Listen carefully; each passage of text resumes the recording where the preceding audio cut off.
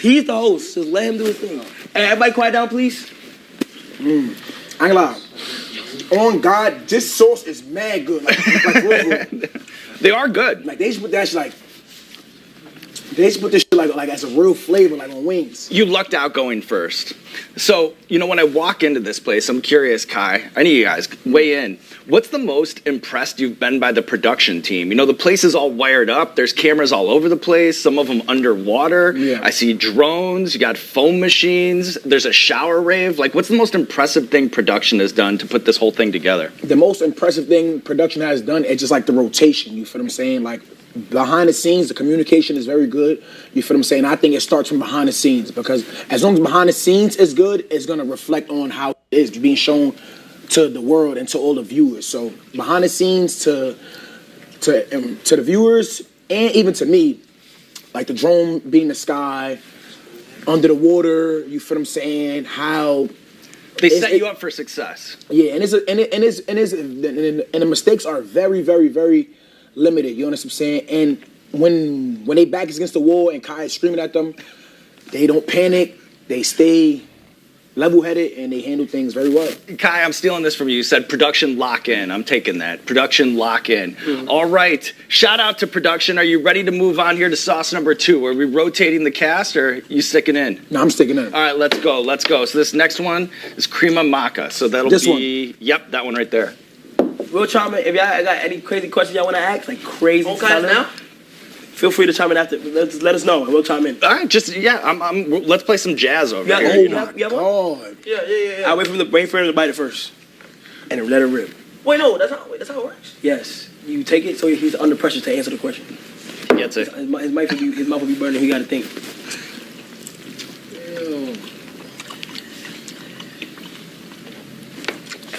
Oh my God. It's getting a little serious. It's a little messy. No. Can you give us one highlight and one low light from the competitions you guys have been having? I saw Winnie Harlow was judging runway fashion, one-on-one with Draymond Green. I saw you guys while I was in the green room do the American Ninja Warrior obstacle course. Like, what has been the greatest victory and what's been the most agonizing defeat? The runway was definitely one of my favorite, only because it was like a time limit, and the people that was judging us are very good. I mean, they have a good eye for fashion. You understand what I'm saying? So, and being that it was like limited amount of time to put together an outfit. Smoking on Tuka, they didn't have no. So now white people don't have no problem when it's black on black crime. Smoking on Tuka, they didn't have no. So now we smoking on Charlie Kirk. Too far. Oh my goodness. So y'all didn't go too far with George Floyd. He has a family. Come on, white people, don't be hypocritical. When Charleston White first came out, he was a hit with the blacks. And then all of a sudden, we saw him take a different position. He started criticizing blacks more often, especially rappers. Not just rappers, even dead rappers, even dissing their kids and family members. And we saw a pivot towards, even talking about black unaccountability and even praising white people. America has been invaded. Do you think that white people have less power than ever before? Yes, and they mad about it.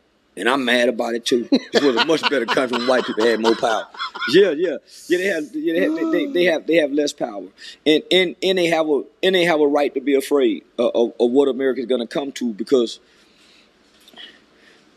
we mad at the wrong white people, and today's white people had nothing to do with what our ancestors went through that none of us got to witness. Facts. But we want to punish them for it. Yeah. Now, in this same clip, he would end up saying that he felt white people need to control the United States. And again, he was talking about the dysfunctionality of black culture. And see, podcast interviews like this got Charleston White into more opportunities, not just in the black sector, but with white people as well. And they would love for him to come onto the podcast and basically talk down on black people. And of course, it came with a hefty fee.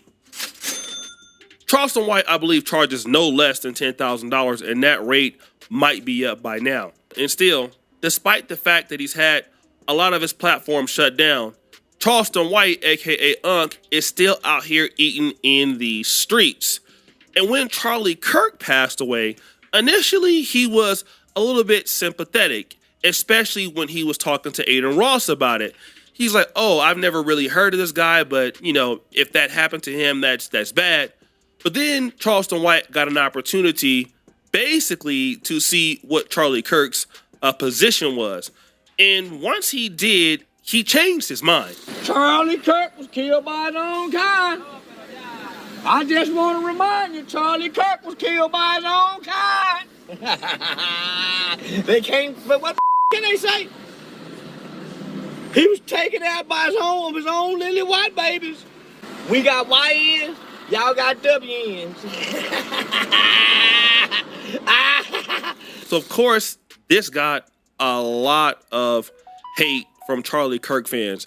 Not only him, but even people like myself, who I'm very moderate on the issue, but people like Tariq Nasheed, you know, he's been attacked online, people trying to infiltrate him, trying to dox him. And the same thing has happened to Charleston White. Now, initially, when Charleston White does this to blacks, there's not really a repercussion. Like, I mean, he got into a few scuffles here and there, but, you know, nothing that would really hurt his income.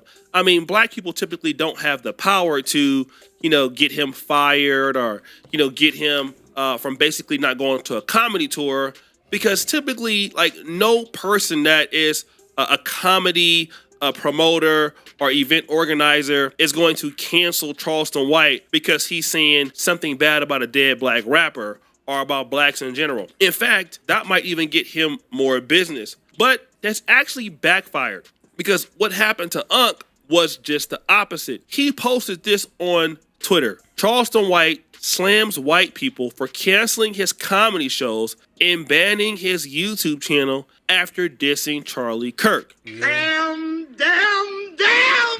So what really happened? I thought y'all said y'all canceled me. Now what fuck done happened? Y'all done got in y'all feelings, you white with animals. I thought y'all said y'all, well, come on now. They just put me on one of the biggest comedy shows September 29th in Atlanta with them now. Oh, you thought y'all can control. Now y'all just got white friends that'll listen to y'all. But you know, white people don't own everything. You know, the Jews and the Asians mostly own everything. Oh, white folk. Y'all don't run the country no more. Y'all trying to get it back though. I see you. Y'all scrambling hard enough to get your country back. But guess what? Y'all done let too many people in here. Y'all done let too many people here. This is Babylon. 99 tongues is in your country. And guess who got to get you your product? China. Every goddamn thing you got, white folk, come from China. Made in China. How you go run something and you don't run nothing no more? Your politicians is ran by foreign lobbies and corporations. So basically, he's talking about, as you've heard, you know, you whites don't really own anything anymore. Your country is owned by foreigners, and, you know, you don't have everything. Asians and groups have everything. So you're trying to stop me. But while you stopped the other things that I was trying to do, you forgot about the fact that I got a comedy show with these dudes out here in Atlanta. You can't stop that. And that's very important. I want to weigh in on that. A lot of times when we are struggling in, let me just say, the white community, when we basically, you know, don't develop our own economic systems, basically at the bargaining table of corporations. And we've seen that. Look at Will Smith. When Will Smith slaps Chris Rock, a lot of the money that he receives is basically on the front end with brand deals. Sometimes he produces, but not very much. And so once he slaps Chris Rock, his money opportunities were not there as much. Same thing with Jonathan Majors. However, we saw that was not the same with Tyler Perry, because Tyler Perry has studios. He owns a lot of the stuff that he does. He owns his IPs and everything like that, intellectual properties. So even though Tyler Perry is going through a similar situation, not equal, with, you know, these sexual allegations from the guy that he's dealing with, he's able to still thrive because he owns what he does. All right. And so Charlie Kirk, being in the black sector, allows him to own what he does. This is no different than Tariq Nasheed, no different than Corey Holcomb, even a guy like myself, O'Shea Duke Jackson, we might not be in the economy like let's say mainstream media, but we are in the black economy. And that kind of protects us, being in the black sector. And so when you're in the black sector, you can talk like Corey Holcomb. Corey Holcomb says whatever the hell he feels like saying. And if anybody were to cut Corey Holcomb tomorrow, he has so much offline presence, like he would be back up and running and his fan base is going to follow him. That's the difference. Same thing with Tariq Nasheed. The same thing with Dr. Umar. Okay? Those guys, stop the show, and I'm nowhere near as popular as those dudes, but you get what I'm saying, right? They are going to follow them everywhere they go. And now Charleston White is trying to explain to these whites, look, I'm in the black sector. So, yeah, I was over there getting y'all money, but you can't stop it because I'm in the black sector and you can't take my money. Even if you try to, I'm still going to be on with the blacks. I still got interviews. But wait, there's more. How you go run something and I in seats? How y'all gonna stop me? And I am the internet now. You see y'all, let me show y'all how bad I am. Let me show you how good I am, folk. I done lost over 24 Instagram pages. I done had 5 this year. Just as soon as y'all delete me, it increases my status. Oh, they banned Charleston. Guess what? I got a YouTube page that I started 3 days ago. It's already monetized. That's just the power of Charleston. I got about 6 interviews lined up, 4 within the next couple of days. That money's pretty good. Now all of a sudden, here come a man who was born to sin, that's going to die in sin, but may not die a sinner, and y'all are worshiping like as if he's Jesus. No. And this is just proving the actual point of what he's talking about, all right? He's saying the same thing and building on that particular premise. I want to also kind of just talk about people out there. Again, and I want to preface this. What you're seeing in the country are people who have access to, number one, any kind of government job. So a lot of blacks are in the government sector. If you're in the government sector and you feel like you have free speech, you don't even have to mention somebody's name, okay, to get fired. All you got to do is talk about the event around the same time. And then all of your benefits are going right away. There was a guy that was in Secret Service that was fired, okay? A lot of us put a lot of effort into relationships with the government or relationships in the private sector. Now, once you have a relationship with the private sector, you got to always remember, you are a 24-hour representation of your job. You are not. There was a YouTuber by the name of EDP445, okay? EDP445 was a popular YouTuber. He was in Philadelphia, and he had been getting accused basically for trying to meet up with younger women, all right? I won't even call them women. You could have called those ladies like underage. Oh, wow. So he met up, tried to meet up with the girl. He was allegedly doing this the whole entire time, or at least being set up. So he shows up to this particular venue to meet this young lady, and it was a bust. He got basically found out for doing that, and nothing happened because it wasn't an actual situation, but it was a sting, right? So it proved that he was doing it. So it's not that he did something on YouTube that cost him his channel. That wasn't the case. But because he had been ousted for trying to meet a young lady underage, he lost his YouTube channel. Not only lose his YouTube channel, he lost his Facebook account. Everything that he was doing, like he had a gig where he was giving like special shout outs for his YouTube subscribers, making like $50 a pop doing that. He lost that too. He tried to get a job with Uber. They found out his real name. He lost that too. Oh, wow. Lyft, he lost that too. He had to legally go and change his name to get employment. And to now, I don't know where he is. He's like poor, okay? And the reason why it is because he wasn't even an employee of YouTube, but because what he did, it made YouTube look so bad, they had to part ways, okay? The only time you can be critical of something like Charleston White to that level, if you have black support, not even if you're in business, okay?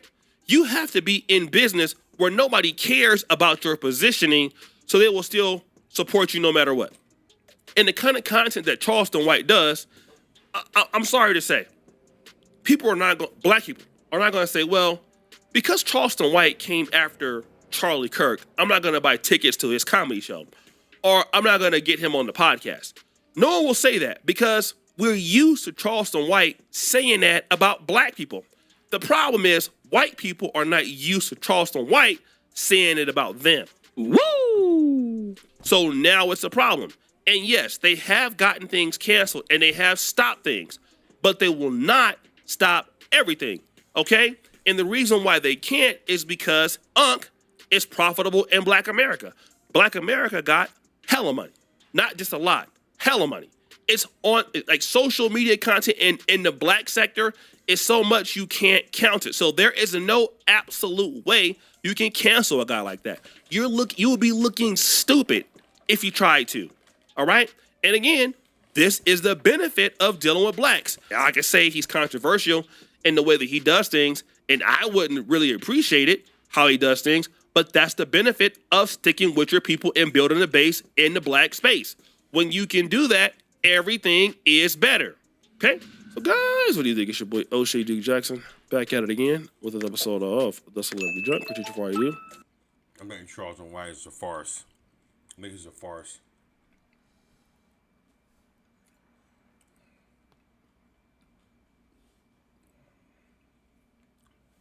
He just says stuff to trigger people and he just says sensationalized stuff. It's very ingenious. He's just saying the most ridiculous, controversial stuff that'll get more views. You know what I'm saying? That's what I think.